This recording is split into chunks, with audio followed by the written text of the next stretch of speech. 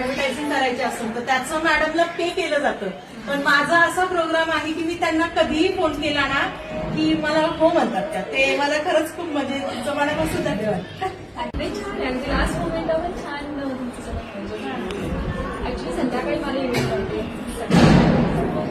तुमच्यासाठीच मी तो डायनिंग केला आणि